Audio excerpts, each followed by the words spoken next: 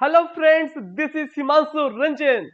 Today I came up with MCQ series for all the सेवी aspirant जो भी सेवी का जो ग्रेड ए का जो एग्जामिनेशन फॉर्म भरे हो उन लोग के लिए बहुत ही राहत भरी खबर कि आप लोग के लिए मैं एवरीडे एक एमसीक्यू का वीडियो अपलोड करूंगा आप लोग के लिए। तो वो वीडियोस आप लोग का जो एग्जामिनेशन होने वाला है सेवी का फेज 1 और फेज 2 दोनों फेज के लिए ये वीडियो यूजफुल होने वाला है। तो आप मेरे चैनल को सब्सक्राइब करिए इसी वक्त, और क्या करिए आप मेरा टेलीग्राम चैनल को भी ज्वाइन करिए। टेलीग्राम चैनल का लिंक इस वीडियो को डिस्क्रिप्शन बॉक्स में दिया हुआ है, तो आप जाइए जाइए इस वीडियो को डिस्क्रिप्शन में और मेरा जो टेलीग्राम है उसको ज्वाइन करिए। वहां से आपको मेरे क्लासेस से रिलेटेड सारा पीडीएफ मिलेगा, वो भी फ्री ऑफ कॉस्ट। तो आपको पढ़ाई करना है, आप इस चैनल पे आपको बहुत ही यूजफुल वीडियोस मिलेगा और मतलब आप रिलाई कर सकते हो।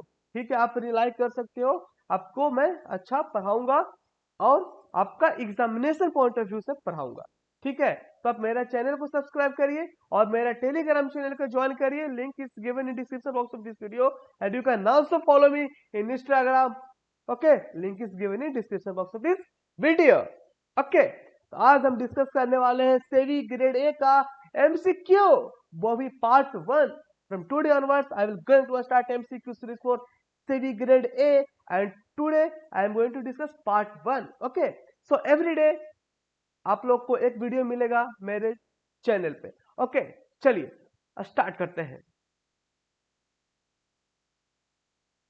फर्स्ट क्वेश्चन है, batch costing is suitable for. Batch costing is suitable for, batch costing कहाँ पे कौन सा इंडस्ट्री में लगता है?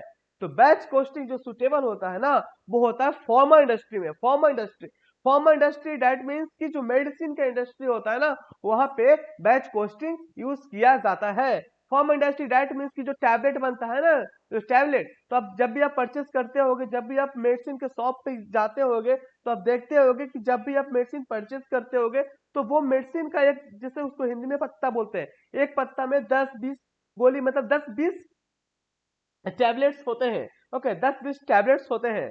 तो आप जब भी परचेस करते हो तो 10-20 टैबलेट उसमें रहता है, तो उसका एक बैच कोस्टिंग होता है, बैच वाइज मैन्युफैक्चर होता है। ठीक है, बैच वाइज मैन्युफैक्चर होता है, और जो उसमें जो भी बैच बनता है ना उसमें बैच नंबर भी लिखा रहता है। जब भी आप मेडिसिन परचेस करते होगे तो आप देखना, वो जो मेडिसिन परचेस करते हो तो उसके नीचे में देखना, उसको नीचे जो कवर होता है ना उसमें देखना बैच नंबर भी मेंशन किया रहता है। ठीक है, तो होता है बैच कोस्टिंग। पूछा था कि बैच कोस्टिंग कहाँ पे सुटेबल होता है? Batch costing is suitable for pharma industry. Okay, now I will going to explain you also. Okay, तो मैं आपको एक्सप्लेनेशन भी लिखा हूं यहाँ पे, देखिए आप पढ़िए आगे क्या लिखा है।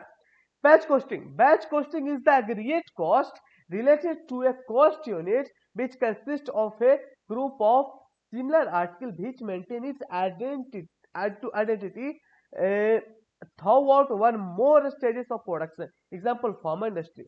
इस सेम टाइप का, सिमिलर टाइप का आर्टिकल्स बनाया जाता है तो वो फार्मा इंडस्ट्री, वो बैच कॉस्टिंग के अंदर आता है, सिमिलर टाइप का आर्टिकल। ओके, तो बैच कॉस्टिंग हो गया। Second question, depreciation. Depreciation is a example of, depreciation किसका एग्जांपल है? Fixed cost, variable cost, semi variable cost या none of the above. Fixed cost, variable, semi variable, none of the above. Okay, चार option है, आपको select करना है। Depreciation है ना, वो आपका एग्जांपल है, वो है फिक्स्ड कॉस्ट का। Depreciation is the example of fixed cost. Okay, तो ये जानते हैं कि फिक्स्ड कॉस्ट होता क्या है? Fixed cost is the cost, fixed cost आपका आंसर है, आपका आंसर ये वाला है। Depreciation is example of fixed cost. Okay, fixed cost के बारे में जानते हैं। Fixed cost is the cost which does not vary with the change in volume of article in the sort।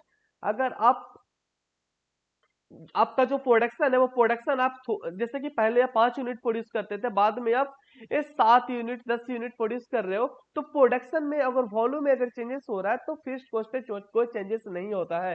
Fixed cost is the cost which does not very with the changes in volume of activity in the short run. Okay, short run Okay, short run, these costs are not affected by temporary fluctuation in activity of an enterprise, जैसे कि rent, depreciation, जिससे rent होता है, depreciation होता है, तो ये सब फिक्स्ड कॉस्ट के अंदर आता है।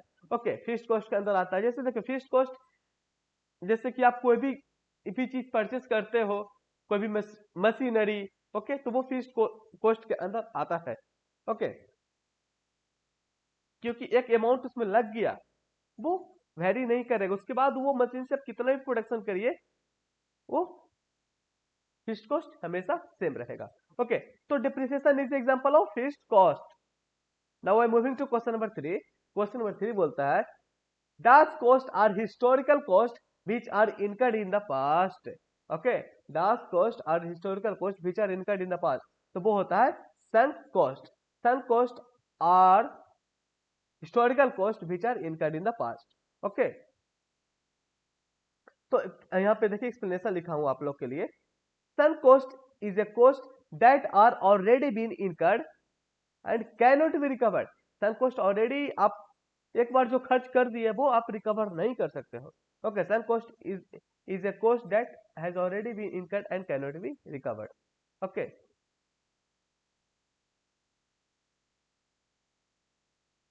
Question number 4, describe the cost unit applicable to the bicycle industry.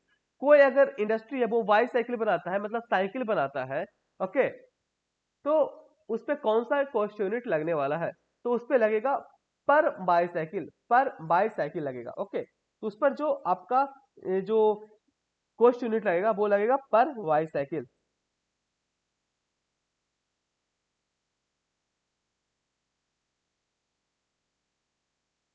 यहाँ पे देखिए कॉस्ट यूनिट का डिफाइन यहाँ पे लिखा हुआ है explanation. Cost unit is a device for the purpose of breaking up और separating cost into smaller sub division और एट्रीब्यूटेबल टू प्रोडक्ट और services.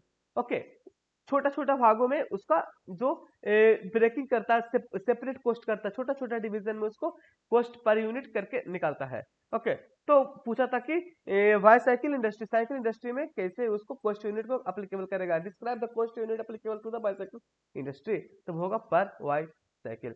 Okay, question number 5, which of this is not a material control technique. पूछ रहा है ना कि कौन है जो मटेरियल कंट्रोल टेक्निक के अंदर नहीं आता है।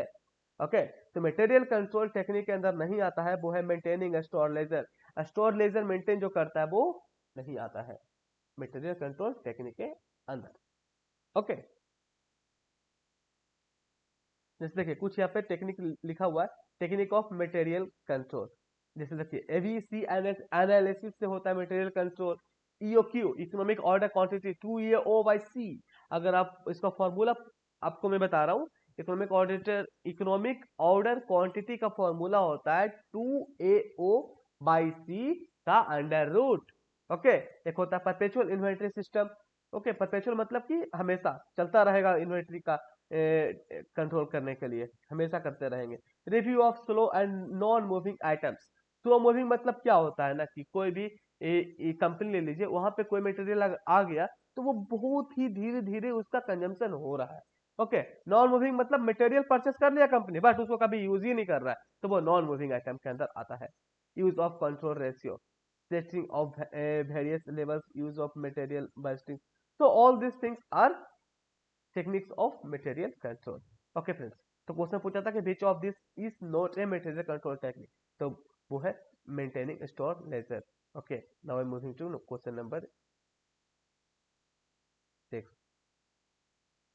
क्वेश्चन नंबर 6 क्या बोलता है, EOQ, economic order quantity is that quantity at which cost of handling and carrying inventory is, तब होता है मिनिमम। EOQ जो लेवल होता है ना, उसमें क्या होता है कि जो कॉस्ट होता है ना वो मिनिमम होता है, मिनिमम और इक्वल होता है। मिनिमम होता है, इक्वल होता है, ठीक है, मिनिमम भी होता है और इक्वल होता है। क्या होता है इक्वल, ऑर्डरिंग कॉस्ट और कैरिंग कॉस्ट इक्वल होता है, ठीक है, और मिनिमम होता है। Economic order quantity is that quantity eight which cost of holding cost and carrying inventory is minimum and equal। okay, minimum and equal होता है। okay,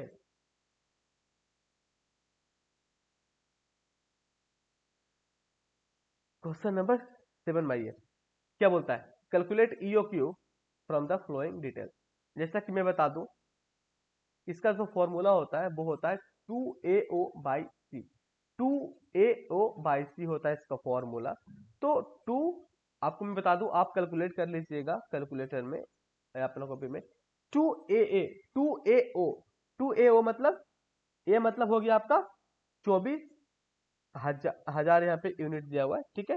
एनुअल कंजम्पशन 2A, ए मतलब 24,000, 2AO, ओ मतलब ऑर्डरिंग कॉस्ट। तो 2 into 24,000 into 10, फिर उसके बाद नीचे 5 करना है आपको। 100 इंटू 5% करना है, ठीक है। 100 इंटू 5% नीचे आपको डिवाइड करना है, उसके बाद अंडर रूट करना है। आपका जो आंसर आएगा यहाँ पे वो आएगा 310। आंसर आपको आएगा 310। जो मैं आपको बोला आप ठीक से सुन लेना, एक बार फिर से रिपीट करना वीडियो, आप सुन लेना और अंडर रूट जरूर करना, ठीक है। कैलकुलेट करने के बाद अंडर रूट जरूर करना, आपका आंसर आएगा 310। ओके, सो आज वीडियो रहा अच्छा, सेबी ग्रेड ए का एमसीक्यू पार्ट 1। ऐसे ही इंपॉर्टेंट वीडियोस के लिए मेरे चैनल को सब्सक्राइब करिए, मेरे टेलीग्राम चैनल को ज्वाइन करिए, and you can also follow me in Instagram, link is given in description box of this video. Okay, so thank you.